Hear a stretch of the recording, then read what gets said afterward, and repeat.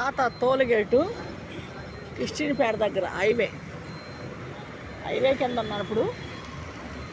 ఇదండి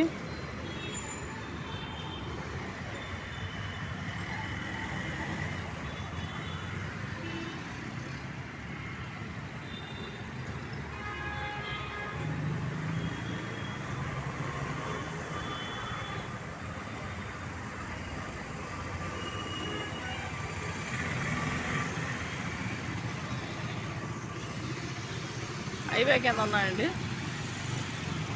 కిస్టిన్పేట పాత టోల్గేట్ అంటారు. పెట్రోల్ బంకు ఇక్కడ పెట్టాను. అంతకుముందు పెట్టేవాడంట బళ్ళు, పెట్టనీయట్లేదంట. ఒక అతను అడిగా, పోలీస్ కానిస్టేబుల్ ఉంటే అడిగాను, సార్ కాసేపు పెట్టుకుంటా సార్ బండి అంటే, సార్ మాదేం లేదు, ఒక అతను వస్తాడు, అతను ఊరుకోడని చెప్పి అన్నాడు. అతను మాకు తెలిసిన అతనే, తాడేపల్లి కొత్తూరులో ఉంటాడు ఆయన కానిస్టేబులే. సరే చూశాడు, ఇక్కడ పెట్టకూడదమ్మా, ఇటు ఏపీలు తిరుగుతూ ఉంటారు అని చెప్పి అన్నాడు. సరే సరే, 1 గంట 2 గంటలు పెట్టి వెళ్ళిపోతా సార్ అంటే ఆ పక్కన పెట్టుకున్నాడు. అటు పక్క ఎర్రకారు వెళ్తున్నాడు, ఎర్రకారు అటు పక్క పెట్టుకోమన్నాడు. అటు పక్క ఒకటి 2 చిల్లర కొట్టు ఉంది, చిల్లర కొట్టు ఒకటి ఉన్నట్టు. మరి అక్కడ నేను పెట్టుకెత్తారలేదు తెలీదు. మరి ఆడ చిల్లర కొట్టు పట్టుకుంది, అక్కడ ఆటో స్టాండ్, అది ఆటోలు పెడతా ఉంటారు. మరి అక్కడ పెట్టుకెత్తారలేదు తెలీదు. సరే, అంతలోకి తెలుగుదేశం పార్టీలో ఆఫీసు, తాడేపల్లి ఆఫీసులో ఉండి ఆయన వచ్చాడు. ఇటు ఆఫీస్లో ఉంటాడు, నన్ను అక్కడ పత్తాసు వస్తూనే ఉంటాడు. తెలిసిన అతను కూడా తాడేపల్లిలో. అతను వచ్చి ఇక్కడ ఆపాడు, బండి ఆపాడు.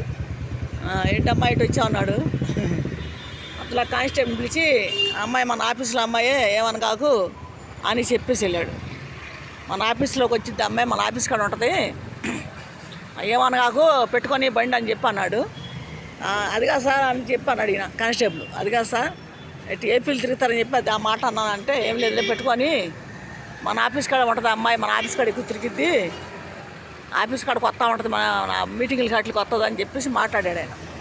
మాట్లాడి వెళ్ళిపోయాడు. ఇంకా కానిస్టేబుల్ కూడా ఇంకేం మాట్లాడలేదు అని పెట్టా. మరి ఇక్కడ బేరమేమో అనిపించట్లా, మరి ఎవరు బళ్ళు ఆపట్లే, ఎవరు కొంటలే. మరి వచ్చాయండి. ఇదిగో మరి ఇక్కడ వచ్చిన కానీ ఏమమ్మాను, ఒక 60 రూపాయలకి అమ్మాయి, 20 రూపాయలు 20 రూపాయలు, ముగ్గురు కొన్నారు.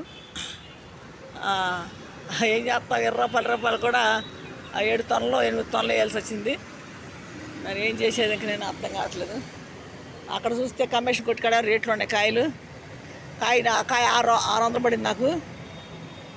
మరి కాయలు దొరకట్లేదు. అన్సీజన్ అయిపోయింది. సీజన్ అయిపోతున్నా దానివల్ల అడపాత తెస్తున్నారు. దానివల్ల రేట్లు పడుతున్నాయి కాయలు. అంటే మగవాళ్ళు ఎక్కువ, వాళ్ళు ఎగబడిపోతున్నారు కాయలు. వాళ్ళు ఏంటంటే 30 కాయలు 25 కాయలు 50 కాయలు తీసుకుంటున్నారు ఒక్కొక్కళ్ళు. అంటే వాళ్ళు మారుబేరం చేస్తారంట వాళ్ళు. అంటే విజయవాడ టౌన్లోనే కాయలు పెట్టేసి 2-3 రకాల పేర్చి కాయలు సైజుని బట్టి అమ్ముతారు వాళ్ళు, రేట్ వాళ్ళు మళ్ళీ మారుబేరం అట్లా అమ్మేసుకుంటారు వాళ్ళు మగవాళ్ళు. నేనేంటంటే 4 కాయలు ఒక 5 కాయలు తెచ్చుకొని 2 రోజులు 3 రోజులు కోసుకుంటూ ఉంటాను. ఒక్కొక్క కాయ అట్లా కోసి అమ్ముతూ ఉంటాను. ఒక కాయ నాకు పోవట్లేదు మామూలుగా బండి మీద, ఒక కాయ కోస్తేనే పోలేదు. ఇంకా ఒక బద్ద ఉందండి ఇక్కడ, అదిగోండి. ఒక కాయ కోసాను 600. మరి కాయ మరి 600 తెలియట్లేదు నాకు. మంచిలు కూడా అక్కడ గొంతు ఆరిపోతుంది నాకు. మరి ఇక్కడ మంచిలు కూడా లేవు, అట్టి వెళ్ళాలి, మంచిలు తెలియట్లేదు. మరి కాసేపు చూసి వెళ్ళిపోతాను. మరి భోజనం కూడా లేదు. మరి ఇంటికి వెళ్తే భోజనం వండుకునేదాన్ని, మరి వండుకోలేదు నేను. ఉదయం మార్కెట్కి వెళ్ళి వచ్చేసరికి టైం అయిపోయింది నాకు. దానివల్ల నేను వచ్చేసి బేరం కాడ కూర్చున్నాను. ఏం అర్థం కావట్లేదు నాకు. తలకాయ నొప్పి వస్తుంది ఇవాళ, అసలు తలనొప్పి పుట్టిపోతుంది. ఎవరు కళ్ళు తిప్పేస్తున్నాయి, తల వరకు తిప్పుతుంది. చూస్తాను 4 గంటల చూసి వెళ్ళిపోతా తాడేపల్లికి వెళ్ళి. ఇటు మా అక్కయ్య గారు మున్సిపాలిటీ పనిచేస్తుంది, ఆమె చూస్తుంది. ఇప్పుడు థియేటర్లో వెళ్ళింది. ఇటు బ్యాంకుకి వెళ్ళి, బైపాస్ బ్యాంకుకి వెళ్ళింది. చూసింది, క్యాకేసుకుంటూ వెళ్ళిందామా మా అక్కయ్య. మున్సిపాలిటీ పనిచేసిద్దామా. వీడియోలు పెడుతున్నాం చూడండి మీరు. ఎందుకంటే ఎంత కష్టపడుతున్నానో నాకు అసలు అర్థం కావట్లేదు. ఈ కష్టానికి తగ్గట్టు ఫలితం ఉండట్లేదు. ఏం అర్థం కావట్లేదు నాకు. ఇంత కష్టపడుతుంటే వ్యాపారస్తులకి మరి ఈ రోడ్ల మీద తిరుగుతుంటే నాకు అసలు ఎందుకు తిరుగుతున్నా రోడ్డు మీద నాకు అంతు పట్టట్లేదు. నాకు ఈ రకంగా రోడ్డు మీద తిరుగుతున్నా నేను. ఇన్నిసార్లు రోడ్ల మీద తిరుగుతున్నా కూడా నాకు వ్యాపారం మరి ఏందో డల్గా ఉంటుంది. వ్యాపారం జరగట్లేదు పెద్దగా. మరి వచ్చాను మరి టైం కూడా 2:30 అయిపోయింది. మరి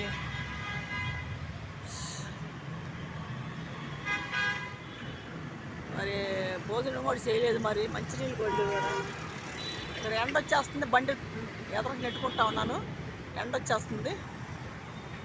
మరి ఇక్కడే ఒక అతను పొనుకో ఉన్నాడు. బండి నెడతాకలేదు. ఇంకటు ఒక అతను కింద పొనుకో ఉన్నాడు. తాటిపరమైన ఒక ఆయన పొనుకో ఉన్నాడు. ఇంకా బండి అటు నెట్టుకోవటానికి అటు వెళ్దామంటే ఎండగా ఉంది. మరి అటు ఎట్లా చేయాలి మరి. సో వెళ్ళి డ్రింక్ అన్నా తాగాలి. తక్కువ అవుతుంది ముందు మంచినీళ్ళు. లెమ్కన్నా చిన్నది ఉంటుంది కదా, లెమ్కా చిన్నది, అదేమో తాగాలి. థమ్స్అప్ తాగనండి నేను. డ్రింకులు కూడా ఎక్కువ తాగను. ఎప్పుడో ఒకటి డ్రింకులు కూడా 10 తాగను.